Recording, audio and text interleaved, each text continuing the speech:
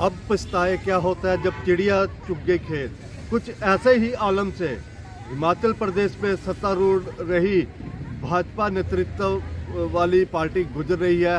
भाजपा के पास अब कहने और करने को कुछ नहीं रह गया है। विशेष तौर पर जब हम ओपीएस बहाली की बात करें, ओपीएस बहाली के लिए एनपीएससीए कर्मचारी महासंघ द्वारा कई धरने प्रदर्शन किए गए। तपोवन से लेकर विधानसभा सत्र, शीतकालीन सत्र और अंतिम समय में अनशन आंदोलन, जो क्रमिक अनशन आंदोलन आरंभ किया, उसमें भी वे बोलते रहे कि सरकार ओपीएस को बहाल कर दे और अपने साथ हमें लेकर चले ताकि विधानसभा चुनावों में जीत सुनिश्चित की जाए। मगर ऐसा हो न सका। अब भाजपा के पास इस दिशा में कोई भी जवाब नहीं रह गया।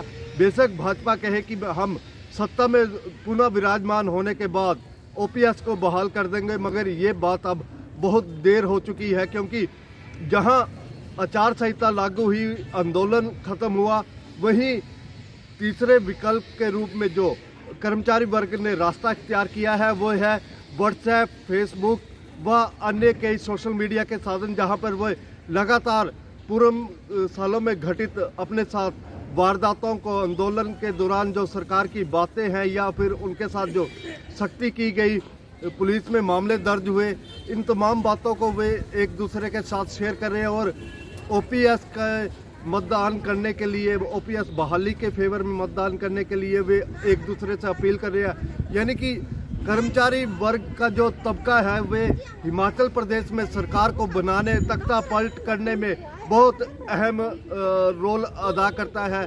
आप इस चीज़ से बेवाकिफ नहीं होंगे कि कर्मचारी वर्ग का जो एक तबका है उनका संख्या करीब 1,80,000 है। इसी प्रकार कॉन्ट्रैक्ट बेस की हम बात करें, उनकी भी संख्या ज़्यादा है।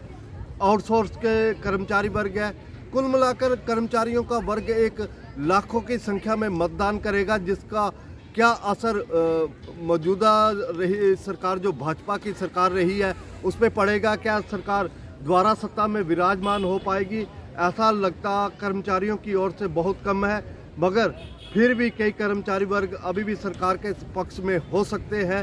मगर उसका क्या असर होगा, कैसा परिणाम मिलेगा, ये आने वाला वक्त तय करेगा। मगर फिलहाल जो कर्मचारी वर्ग है वो सरकार के अंगेस्ट पोस्टें लगातार डालकर अपना जो न्यू ट्रेंड के तहत आंदोलन को अंजाम दे रहा है। हिमाचल दर्पण लाइव टीवी के लिए जिला चंबा से ब्यूरो चीफ MM डैनियल की ये रिपोर्ट। प्रदेश के जाने माने आभूषण विक्रेता भूषण ज्वेलर ने अपने ग्राहकों के लिए त्योहारी उपहार योजना लॉन्च कर दी है।